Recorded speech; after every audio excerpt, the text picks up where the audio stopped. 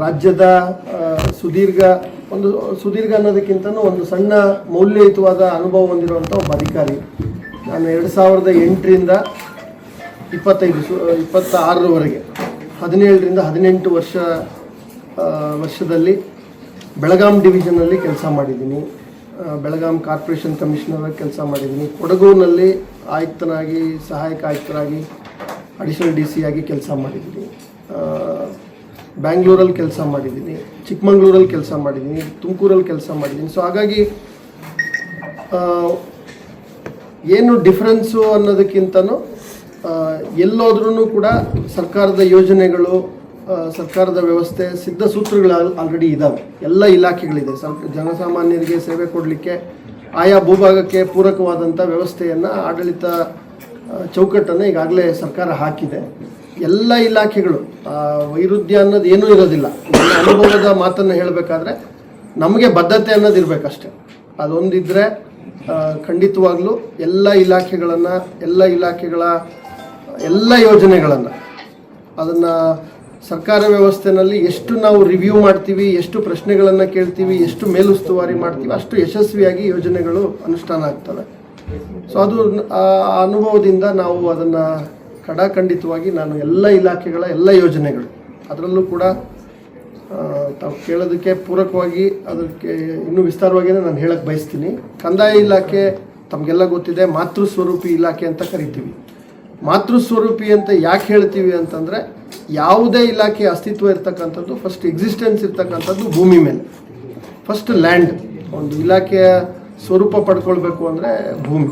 ಹಾಗಾಗಿ entire land administration, ಭೂಮಿಯ ಆಡಳಿತ ಇರ್ತಕ್ಕಂಥದ್ದು ಕಂದಾಯ ಇಲಾಖೆಯಲ್ಲಿ. ಮತ್ತು ಈಗ ಪ್ರಸ್ತುತ ಸರ್ಕಾರ ಅತ್ಯಂತ ನಿರ್ಣಾಯಕವಾದಂಥ ಕಾನೂನುಗಳನ್ನು ರಚನಾತ್ಮಕವಾಗಿ ಅವುಗಳಿಗೆ ತಿದ್ದುಪಡಿ ಅವಶ್ಯಕತೆ ಇರೋ ಕಡೆ ತಂದು, ಏನು ಇಲ್ಲಿವರೆಗೆ 30-40 ವರ್ಷಗಳಿಂದ ಕೆಲಸ ಆಗಿಲ್ಲ ಅಂತ ಎಲ್ಲ ಕೆಲಸಗಳಿಗೆ, ಅತ್ಯಂತ ಸದೃಢವಾದ ಕೆಲಸಗಳಿಗೆ ಚಾಲನೆಯನ್ನು ಕೊಡಲಾಗಿದೆ.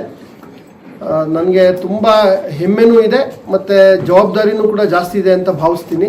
ಬಿಕಾಸ್ ನಾನಾಗಲೇ ಹೇಳಿದಂತೆ, ನಾನು ಸಹಾಯಕ ಆಯುಕ್ತ AC ಆಗಿ ಕೆಲಸಕ್ಕೆ ಸೇರಿದಾಗ ಅವತ್ತಿದ್ದಂಥ ಸಮಸ್ಯೆಗಳು, ಇನ್ನೂ ಅನೇಕ ಸಮಸ್ಯೆಗಳು ಹಾಗೆ ಮುಂದುವರಿತಾ ಬರ್ತಾಯಿತ್ತು. ಅಂದರೆ ಫಂಡಮೆಂಟಲ್ ಸಮಸ್ಯೆಗಳು ಕಂದಾಯ ಇಲಾಖೆ, ಅವೆಲ್ಲವಕ್ಕೂ ಕೂಡ ಈಗ ಶಾಶ್ವತ ಪರಿಹಾರ ಕೊಡೋ ನಿಟ್ಟಿನಲ್ಲಿ ಅವಕಾಶಗಳಿದ್ದಾವೆ. ನಾನಾಗಲೇ ಹೇಳಿದಂತೆ, ಬದ್ಧತೆಯಿಂದ ಇಡೀ ಇಲಾಖೆ ಕೆಲಸ ಮಾಡಿದ್ರೆ ನೈಜವಾಗಿ ಪ್ರತಿ ನಾಗರಿಕನ ಮನೆ ಬಾಗಿಲಿಗೆ ಸೇವೆಯನ್ನು ನಾವು ಕೊಡಬಹುದು. ಉದಾಹರಣೆಗೆ, ಜಿಲ್ಲೆಯಲ್ಲಿ ಸುಮಾರು 32,000 ಮಂಜೂರಿದಾರರಿದ್ದಾರೆ, ಭೂಮಂಜೂರಿದಾರರಿದ್ದಾರೆ. ಭೂಮಂಜೂರಿ ಆಗಿ ಅವರಿಗೆ ಅದರಲ್ಲಿ 5% ಕೂಡ ನಾವು ಇದುವರೆಗೂ ಅವ್ರಿಗೆ ಗಡಿಗಳನ್ನು ನಿರ್ಧರಿಸಿ ಅವರಿಗೆ ದುರಸ್ತಿ ಮಾಡೋಕ್ಕಾಗಿಲ್ಲ. ಒಂದು ಸರಿ ನಾವು ಗಡಿ ಗುರುತಿಸಿಲ್ಲ ಅಂತಂದರೆ, ಪ್ರತಿ ಮಳೆಗಾಲದಲ್ಲಿ ಅವರು ಬಿತ್ತಕ್ಕೆ ಹೋದಾಗ ಗಲಾಟೆ ಆಗುತ್ತೆ, ನಂದು ಅಂತೇಳಿ ಗಲಾಟೆ ಆಗುತ್ತೆ. ಹೊಸ ಅರ್ಜಿಗಳಿಗೆ ನಾವು ಅವಕಾಶ ಕೊಟ್ಟಿದ್ದೀವಿ. ಫಾರ್ಮ್ 57 ಹಾಕ್ಲಿಕ್ಕೆ ಅವಕಾಶ ಇತ್ತು, 53 ಹಾಕ್ಲಿಕ್ಕೆ ಬಲಾಢ್ಯರು ಹೋಗಿ ಅವ್ರ ಜಾಗದಲ್ಲಿ ಹಾಕಿ ನಾನೇ ಅಲ್ಲಿ ಉಳುಮೆ ಮಾಡ್ತಾ ಇದ್ದೆ ಅಂತ ಅಂತಾರೆ. ಸೊ ಈ ರೀತಿಯ ಎಲ್ಲ ಸಿವಿಲ್ ವ್ಯಾಜ್ಯಗಳಿಗೆ ಮೂಲವಾಗ್ತಕ್ಕಂಥದ್ದು ಈ ಮಂಜೂರಿ. ಈ 40 ವರ್ಷ 50 ವರ್ಷ ಏನು ಸಮಸ್ಯೆ ಇತ್ತು, ಈಗ ಅದನ್ನೆಲ್ಲನೂ ಕೂಡ ಶಾಶ್ವತವಾಗಿ ಪರಿಹಾರ ಮಾಡೋ ನಿಟ್ಟಿನಲ್ಲಿ ಈಗಾಗಲೇ 32,000ದಲ್ಲಿ ಸುಮಾರು 3,000 ರೈತರಿಗೆ ಅಂತಿಮ ಹಂತದಲ್ಲಿದೆ. ಈ 32,000 ರೈತರು ಜೊತೆಗೆ ಸರ್ಕಾರಿ ಉದ್ದೇಶಗಳಿಗೆ, ಅದು ಸ್ಮಶಾನ ಇರಲಿ, ಶಾಲೆಗಳಿರಲಿ, ಅಂಗನವಾಡಿ ಇರಲಿ, ಆಸ್ಪತ್ರೆ ಇರಲಿ, ಯಾವುದೇ ಸಾರ್ವಜನಿಕ ಉದ್ದೇಶಕ್ಕೆ ನಾವು ಮಂಜೂರಿ ಮಾಡಿದ್ರೂ ಕೂಡ ಆ ಮಂಜೂರಿ ಜಾಗದ ಗಡಿಯನ್ನು ಕೂಡ ನಾವು ನಿರ್ಧರಿಸಿ ಅದಕ್ಕೂ ಕೂಡ ಸ್ಪಷ್ಟತೆ ಕೊಡಬೇಕಾಗುತ್ತೆ. ಇಲ್ಲ ಅಂದರೆ ನಾಳೆ ಯಾವುದೋ ಖಾಸಗಿ ವ್ಯಕ್ತಿ ಇದು ನನ್ನ ಜಾಗ ಅಂತೇಳಿ ಕ್ಲೈಮ್ ಮಾಡುವಂಥ ಸಂದರ್ಭ, ಸರ್ಕಾರ ಎಷ್ಟೋ ಸಂದರ್ಭಗಳಲ್ಲಿ ಆ ರೀತಿಯ ಪ್ರಕರಣಗಳನ್ನು ನಾವು ನೋಡ್ತೀವಿ. ಹಾಗಾಗಿ ಇವೆಲ್ಲ ಶಾಶ್ವತವಾಗಿ ಪರಿಹಾರ ಆಗುವಂಥದ್ದು ಈ ಭೂ ಮಂಜೂರಾತಿಯ ಪೋಡಿ ದುರಸ್ತಿ ಆಂದೋಲನದ ಮೂಲಕ. ಅದಕ್ಕೆ ಬಹಳ ವ್ಯವಸ್ಥಿತವಾದ, ವೆರಿ ಆರ್ಗನೈಸ್ಡ್ ವೇನಲ್ಲಿ ಅದನ್ನು ಮಾಡಲಿಕ್ಕೆ ಇಲಾಖೆ ಸಜ್ಜಾಗಿದೆ. ಅದರ ಆ ವಿಷಯವನ್ನು ನಾನು ಸಮಗ್ರವಾಗಿ ಜಿಲ್ಲೆಯಲ್ಲಿ, ಅದು ಜಿಲ್ಲೆಯ ಅತಿ ದೊಡ್ಡ ಸಮಸ್ಯೆ ಅಂತೇಳಿ ನಾನು ಭಾವಿಸಿದ್ದೀನಿ. One of the biggest problem.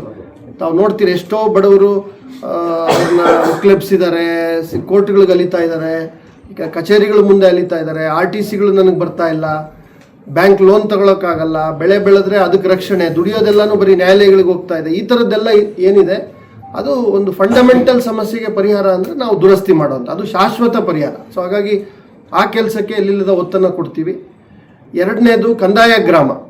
ತಾವು ಏನು ಬ್ರಿಟಿಷರು ಮೂಲ ಸರ್ವೆ ಮಾಡಿದಾಗ ಗ್ರಾಮಗಳನ್ನು ಗ್ರಾಮ ಠಾಣ ಅಂತೇಳಿ ಗುರುತಿಸಿದ್ದಾರೆ, ಅದನ್ನು ಮೀರಿ ಇವತ್ತು ಗ್ರಾಮಗಳು ಬೆಳೀತಾ ಹೋಗಿದ್ದಾವೆ. ಸರ್ವೆ ನಂಬರ್ಗಳಲ್ಲಿ ಹೊಸದಾಗಿ ಮನೆಗಳಾಗಿದ್ದಾವೆ, ಖಾಸಗಿ ವ್ಯಕ್ತಿಗಳ ಜಾಗಗಳಲ್ಲಿ ಬಡವರು ಮನೆಗಳನ್ನು ಕಟ್ಕೊಂಡಿದ್ದಾರೆ. ಇದಕ್ಕೂ ಕೂಡ ಶಾಶ್ವತ ಪರಿಹಾರ ಕೊಡೋ ನಿಟ್ಟಿನಲ್ಲಿ ಅದೊಂದು ಐತಿಹಾಸಿಕ ನಿರ್ಣಯ, ಕಂದಾಯ ಗ್ರಾಮಗಳನ್ನು ಮಾಡುವಂಥದ್ದು ಅಥವಾ ಉಪ ಕಂದಾಯ ಗ್ರಾಮಗಳನ್ನು ಮಾಡುವಂಥದ್ದು. ಆ ಕೆಲಸನೂ ಕೂಡ ಜಿಲ್ಲೆಯಲ್ಲಿ ನಮಗೆ ಆದ್ಯತೆ ಇದೆ. ಇಡೀ ಜಿಲ್ಲೆಯ 157 ಪಂಚಾಯತಿಗಳ ಪ್ರತಿ ಜನವಸತಿ ಪ್ರದೇಶ, ಒಂದೊಂದು ಪಂಚಾಯತ್ನಲ್ಲಿ 10 ಜನವಸತಿ ಪ್ರದೇಶ ಇರ್ಬೋದು, 20 ಇರ್ಬೋದು, 30 ಇರ್ಬೋದು, ಎಷ್ಟೇ ಜನವಸತಿ 10 ಮನೆಗಳ ಮೇಲೆ ಒಂದು ಕ್ಲಸ್ಟರ್ ಇದ್ದರೆ ಅದನ್ನು ಉಪ ಕಂದಾಯ ಗ್ರಾಮ ಅಂಥೇಳಿ ಘೋಷಣೆ ಮಾಡಿ ಅವರಿಗೆ ಶಾಶ್ವತವಾದಂಥ ಹಕ್ಕುಪತ್ರಗಳನ್ನು, ಅದು ಖಾಸಗಿ ಜಮೀನಲ್ಲಿ ಅವ್ರು ಕಟ್ಟಿರಲಿ, ಸರ್ಕಾರಿ ಜಮೀನಲ್ಲಿ ಒತ್ತುವರಿ ಮಾಡಿ ಮನೆ ಕಟ್ಟಿರಲಿ, ಅವರೆಲ್ಲರಿಗೂ ಕೂಡ ಭದ್ರತೆ ಒದಗಿಸುವಂಥ ಒಂದು ಐತಿಹಾಸಿಕ ಅವಕಾಶ ನಮ್ಮೆಲ್ಲರಿಗೂ ಕೂಡ ಇದೆ. ಅದನ್ನು ಈಗಾಗಲೇ ನಾನು CEO ಅವರು ಎಲ್ಲ ಚರ್ಚೆ ಮಾಡಿದ್ದೀವಿ. ಇಡೀ ನಮ್ಮ ವ್ಯವಸ್ಥೆಯ PDO ಆಗಲಿ, ವಿಲೇಜ್ ಅಕೌಂಟೆಂಟ್ ಆಗಲಿ, ಎಲ್ಲರಿಗೂ ಕಮಿಟ್ಮೆಂಟ್ ಕೊಟ್ಟು ಅವರಿಂದ ದೃಢೀಕರಣಗಳನ್ನು ತೆಗೆದುಕೊಂಡು ಪ್ರತಿ ವ್ಯಕ್ತಿಯನ್ನು ಐಡೆಂಟಿಫೈ ಮಾಡಿ ಶಾಶ್ವತವಾಗಿ ಕಂದಾಯ ಗ್ರಾಮ ಮಾಡುವಂಥ ಕೆಲಸ ಜಿಲ್ಲೆಯಲ್ಲಿ ನಾವು ಮಾಡ್ತೀವಿ. ಈಗಾಗಲೇ ಆ ಕೆಲಸದಲ್ಲೂ ಕೂಡ ಸುಮಾರು 1,500 ಹಕ್ಕುಪತ್ರಗಳು ಈಗಾಗಲೇ ಕಂದಾಯ ಗ್ರಾಮ ರಚಿಸಿ ನಾವು ಚಾಲನೆ ಕೊಟ್ಟಿದ್ದೀವಿ. ಅದು ಇನ್ನೂ ವೇಗವನ್ನು ಪಡ್ಕೊಳ್ಳುತ್ತೆ ಅಂತಕ್ಕಂಥದ್ದು ಎರಡನೇ ವಿಚಾರ. ಮೂರನೇದು, ತಮಗೆಲ್ಲ ಗೊತ್ತಿದೆ, ಕಂದಾಯ ಇಲಾಖೆ ಅಂತಂದರೆ ನಾವು ಒಂದು ಕಡತ ಒಂದು ಆದೇಶ ಮಾಡಿದ್ರೆ ಬಹುತೇಕ ಅದು ಶಾಶ್ವತವಾಗಿರುವಂಥ ಡಾಕ್ಯುಮೆಂಟ್. ಈಗ ಅಕ್ವಿಸಿಷನ್ ಆಫ್ ರೈಟ್ ಅಂತ ಕರಿತೀವಿ. ಒಬ್ಬ ವ್ಯಕ್ತಿಗೆ ಹಕ್ಕು ಬರುವಂಥ ದಾಖಲೆಗಳನ್ನು ನಾವು ಸೃಜನೆ ಮಾಡುವಂಥದ್ದು. ಅದಕ್ಕೆ 1000 ವರ್ಷ ಆದರೂ ಅದಕ್ಕೆ ಮೌಲ್ಯ ಇದ್ದೇ ಇರುತ್ತೆ.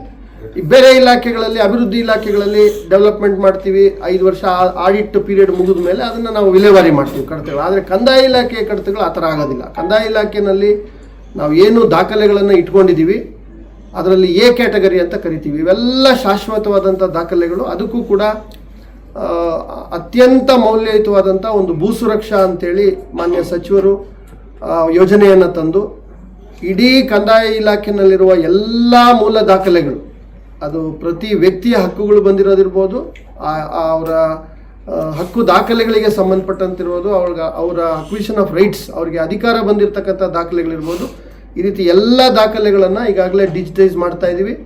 ಜಿಲ್ಲೆಯಲ್ಲಿ 2-3 ತಾಲೂಕುಗಳಲ್ಲಿ ಆ ಕೆಲಸ ಮುಗಿದಿದೆ. ಇನ್ನೂ 5 ತಾಲೂಕುಗಳಲ್ಲಿ ಸಮರೋಪಾದಿಯಲ್ಲಿ ಆ ಕೆಲಸ ಆಗಬೇಕಾಗಿದೆ. ಮುಗಿದಿರೋ ತಾಲೂಕುಗಳಲ್ಲೂ ಕೂಡ ಆ ಎಲ್ಲ ದಾಖಲೆಗಳು ಮತ್ತೊಮ್ಮೆ ಪರಿಶೀಲನೆ ಆಗಿ ದೃಢೀಕರಣ ಆಗಬೇಕು.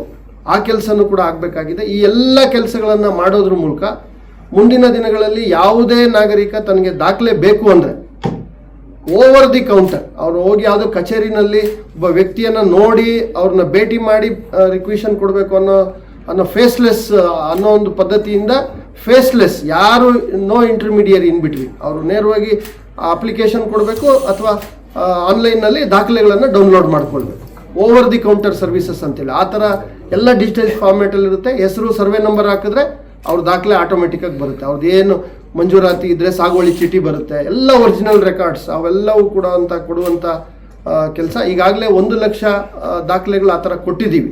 ಬಟ್ ಅದು ಇನ್ನೂ ವ್ಯವಸ್ಥಿತವಾಗಿ ಪ್ರತಿ ನಾಗರಿಕರಿಗೆ ಈ ಎಲ್ಲ ಮಾಹಿತಿಗಳು ಅವ್ರಿಗೆ ಹೋಗಬೇಕು. ನಾನು ಒಬ್ಬ ಅಧಿಕಾರಿಯಾಗಿ ತಮ್ಮಲ್ಲಿ ವಿನಂತಿ ಮಾಡುವಂಥದ್ದು, ನಾವು ಏನೇ ಅನುಷ್ಠಾನ ಮಾಡಿದ್ರೂ ಕೂಡ ಅದು ಸಾರ್ವಜನಿಕರ ಡೊಮೈನಲ್ಲಿ ಇದ್ದರೆ ಅದು ಸ್ವಾಭಾವಿಕವಾಗಿ ಪಾರದರ್ಶಕತೆ ಅಂತಕ್ಕಂಥದ್ದು ಬರ್ತದೆ. ಹಾಗಾಗಿ ನಿಮ್ಮ ಸಹಕಾರ ನಮಗೆ ಯೋಜನೆಗಳ ಸಮಗ್ರ ಮಾಹಿತಿ, ನಾನು ಯಾಕೆ ಇಷ್ಟು ವಿಸ್ತಾರವಾಗಿ ಹೇಳ್ತಿದ್ದೀನಿ ಅಂದರೆ ಇವೆಲ್ಲ ಫಂಡಮೆಂಟಲ್ಸು. ಒಂದು ಸಣ್ಣ ಇನ್ಫಾರ್ಮೇಷನ್ ಗೊತ್ತಿಲ್ಲದಂಗೆ ತಿಂಗಳುಗಟ್ಟಲೆ, ವರ್ಷಗಟ್ಟಲೆ ಅಲ್ದಿರೋ ಅಂಥ ರೈತರನ್ನು, ಆ ಬಡವರನ್ನು ನಾವು ನೋಡಿದ್ದೀವಿ. ಹಾಗಾಗಿ ಇವೆಲ್ಲ ಸಾರ್ವಜನಿಕರಿಗೆ ಅವರವರ ಪರಿಭಾಷೆಯಲ್ಲಿ ಅವರಿಗೆ ಮುಟ್ಟಿಸುವಂಥ ಕೆಲಸ ತಮ್ಮ ಮೂಲಕ ಆದರೆ ಅದು ಇನ್ನೂ ಹೆಚ್ಚು ಮೌಲ್ಯಯುತವಾಗಿ ಜನಸಾಮಾನ್ಯನಿಗೆ ಶಕ್ತಿ ತುಂಬುತ್ತೆ ಅನ್ನೋದು ನನ್ನ ಆಶಯ. ಹಾಗಾಗಿ ಅದನ್ನು ನಾವು ಮಾಡ್ತೀವಿ.